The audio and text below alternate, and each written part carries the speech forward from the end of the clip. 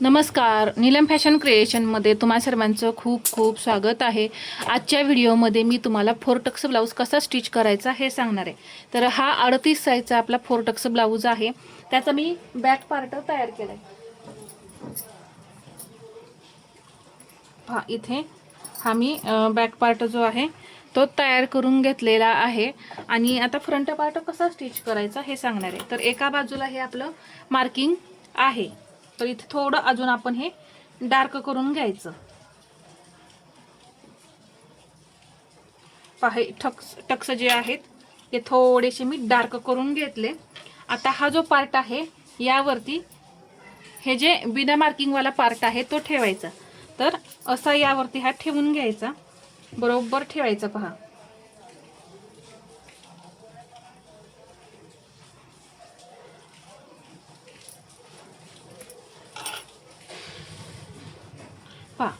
असं ठेवून घेतलं की असं थोडा प्रेशर द्यायचा यावरती, म्हणजे जे आपण टक्स दिलेले आहेत ते यावरती उमटतात।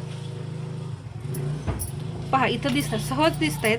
इथं एक टक्स आहे, इथे इथे आणि इथे हे टक्स आपला आलेला आहे। तर हे असं मार्किंग करून घेऊ।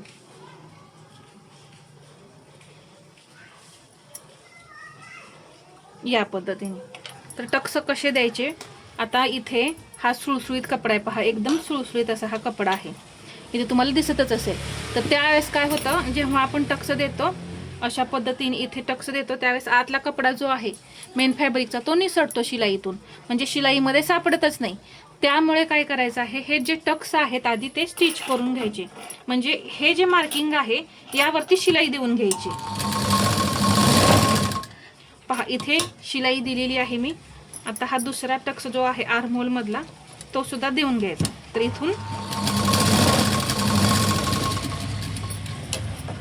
या पद्धतीने मी हा टक्स दिला, हे कट करून घ्यायचं आणि हा सुद्धा धागा इथला कट करून घ्यायचा।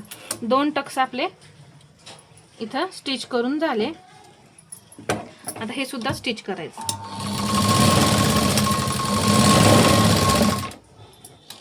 जिथपर्यंत मार्किंग आहे ना तिथपर्यंत शिलाई द्यायची।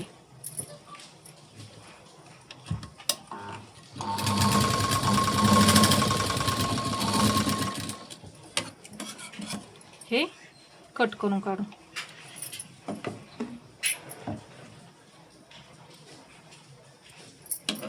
ठीक आहे। आता यामुळे काय होतं, मेन फॅब्रिकचा कपडा जो आहे तो टक्स मधून आपला निसटत नाही। आता सर्वात पहिल्यांदा हा मेन टक्स जो असतो तो द्यायचा आहे। तर इथे मी हा टक्स 1 इंचाचा टोटल घेणार आहे रुंदीला।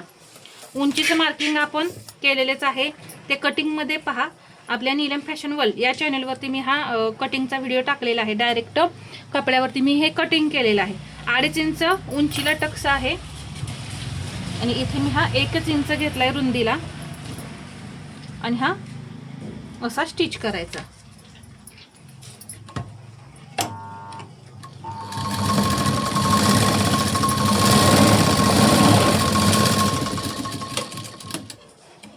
लगेचच डबल शिलाई द्यायची। हे धागे दोरे जे असतात ते सुद्धा लगेचच कट करून काढायचं, म्हणजे फिनिशिंग खूप छान दिसतं। पहा, आणि छान येतात। इथं कट करून काढायचं असलं कट करून काढा, किंवा असा क्रॉसपट्टी जोडताना दुमडला तरी सुद्धा चालेल। आता हा हुक पट्टीच्या बाजूचा जो टक्स आहे तो स्टिच करायचा, तर तो फक्त आपण 1/2 इंच स्टिच करतो।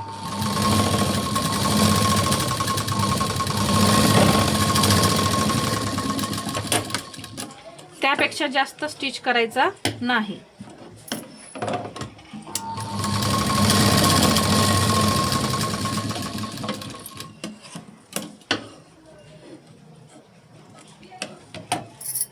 आता आर्महोल मधला हा सुद्धा 1/2 इंच टक्स स्टिच करायचा, कारण आपण अर्धा इंच वाढवलेलं असतं। मग या साईडला अर्धा इंच आणि या साईडला अर्धा इंच, 1/2 इंच असा टोटल आपला अर्धा इंच टक्स तयार होतो।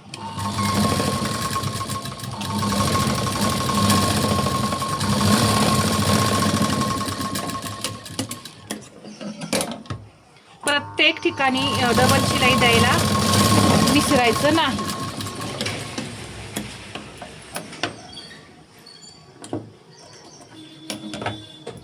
राहिला हा टक्स. हा टक्स जर तुम्ही वाढवताना उंचीमध्ये जास्त वाढवलं असेल तर 1/4 इंचापर्यंत घ्या, नाहीतर अर्धा इंचच हा टक्स घ्या. टक्स देताना पण पहा, अगदी हळूहळू हळूहळू हळू असा हा टक्स वाढवायचा असतो. आणि म्हणजे इकडं स्टिच करताना अगदी निमुळत टोक आणायचं असते.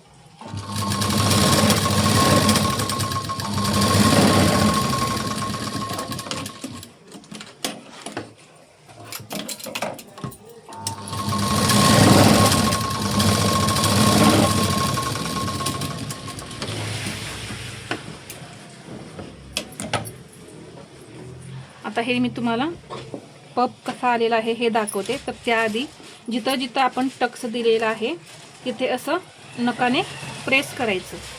का प्रेस करायचं? फिनिशिंग दिसण्यासाठी. फिनिशिंग दिसतं पहा. तुम्हाला आता लगेचच समजेल फिनिशिंग कसं दिसणार आहे ते. हा टक्स खालच्या साईडला ढकलून असं प्रेस करायचं.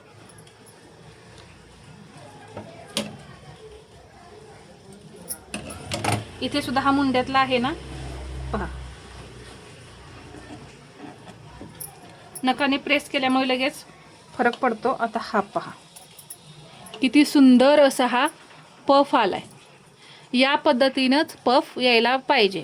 अजून जर तुम्ही इथं उंचीमध्ये जास्त वाढवलं ना तर हा अजून जेवढा तुम्ही इथला टक्स घ्याल तेवढा इथे आणखीन पफ उभारतो.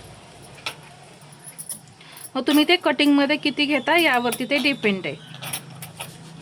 पहा असाच पफ आला पाहिजे, तरच ब्लाऊज छातीमध्ये परफेक्ट बसतो आणि चपटा होत नाही. आता यामध्ये मी कप वगैरे काही घातलेलं नाही, तरी सुद्धा पहा किती छान कफ आलेला आहे. आता इथे मी क्रॉसपट्टी घेतेय. पहा इथे या पद्धतीने मी क्रॉसपट्टी जोडणार आहे. तर इथे मला क्रॉसपट्टी कमी पडत होती म्हणून मी इथं जोड दिलाय. तर पहा आता ही कट करून घेऊ, म्हणजे खूपच मोठी दिसते म्हणून मी हे कट केलेलं आहे. आता इथे ही क्रॉसपट्टी ठेवली, एक्स्ट्रा असं कापड ठेवून क्रॉसपट्टीचं मगच जोडायचं.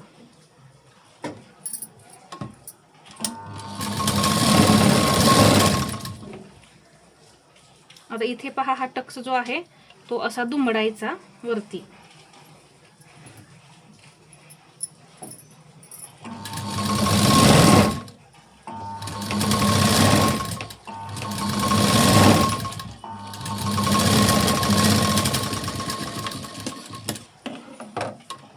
डबल शिलाई देऊन घ्यायचे.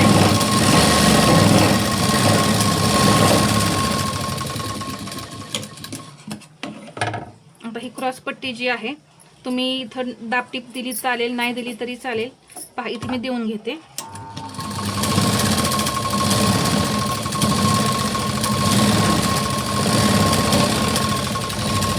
आणि ही टीप जी आहे ती क्रॉसपट्टीवरच आली पाहिजे. आता हे एक्स्ट्रा आहे हे कट करून काढायचं. इथे सुद्धा हा भाग चेक करायचा आणि हे सरळ करून घ्यायचं. आणि पहा पप आपला कमी दिसतोय का नाही. इथे आपण टक्स दुमडल्यामुळे पप आहे असा राहतो. आता अजून एक चेक करायचं म्हणजे काय, हा पाठीमागचा भाग घ्यायचा, त्यावरती हा भाग ठेवायचा. तर हे चेक करायचं. पहा इथे मी हा पार्ट ठेवला. पहा तर हा बरोबर आहे, कारण मी कटिंग करताना वाढवलं तर केवढं हे मला माहिती आहे. 1 इंच वाढवलं होतं, त्यामुळे मी दोन्हीकडे अर्धा इंच हा टक्स घेतला, त्यामुळे हे आपलं अंतर बरोबर झालं. जर तुमचं समजा 4 टक्स ब्लाऊज आहे, जर तुमचा हा पुढचा पार्ट जास्त झाला तर तुम्ही काय करायचं, इथे क्रॉसपट्टी आता अंडरग्राऊंड जर तुम्ही शिलाई दिली असली तर तुम्हाला इथं काही क्रॉसपट्टी परत शिलाई देता येणार नाही. तर हा टक्स जो आहे तो स्टिच करून तुम्ही हा पाठीमागचा आणि पुढचा भाग बरोबर करून घ्यायचा. क्रॉसपट्टीमध्ये तुम्ही कधी सुद्धा शिलाई देऊ नका. जर एक्स्ट्रा झालं तर इथे टक्स द्या. यामुळे काय होतं, आणखीन पप छान क्रिएट होतो. तर ही महत्त्वाची गोष्ट तुम्ही लक्षात ठेवायची आहे. त्यामुळे पप छान तयार होऊन मस्त असा ब्लाऊज बसतो. पहा तर इथं मी वाढवलेलं होतं तेवढाच मी इथं टक्स दिला, त्यामुळे हे बरोबर झालेलं आहे. त्यामुळे मला इथं काही कमी जास्त करायची गरज नाही. तर दोन्ही पार्ट स्टिच झाले की हे अशा पद्धतीने चेक करायचं असतं. आता हा हुकाय पट्टीचा भाग आहे म्हणून मी इथं पट्टी लावून घेते.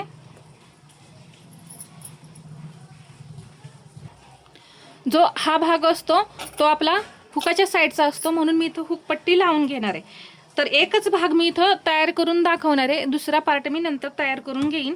तर अशा पद्धतीने स्टिच करायचं आहे. आत्ता ज्या मी टिप्स वापरल्या त्याच मी दुसऱ्या भाग तयार करताना वापरणार आहे. एवढाच फरक राहणार की मी इथं हुकपट्टी लावणार आहे, तिकडं लूकपट्टी लावणार आहे. तर लूकपट्टी कशी लावायची याआधी मी सांगितलेलं आहे. हुकपट्टी आधी अशी तिरकी कट करून घ्यायची, म्हणजे ती गळ्याजवळ कट म्हणजे कमी नाही पडत.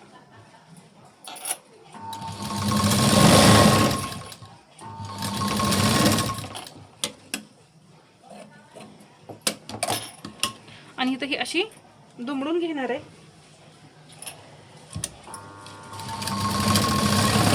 इथे असं लॉक करायचं.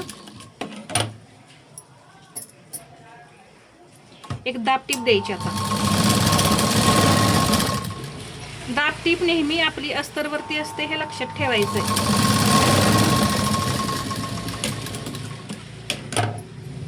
आणि हा पार्ट एकदा असा दुमडायचा, परत अजून एकदा असा दुमडून एकसारखी पट्टी तयार करायची.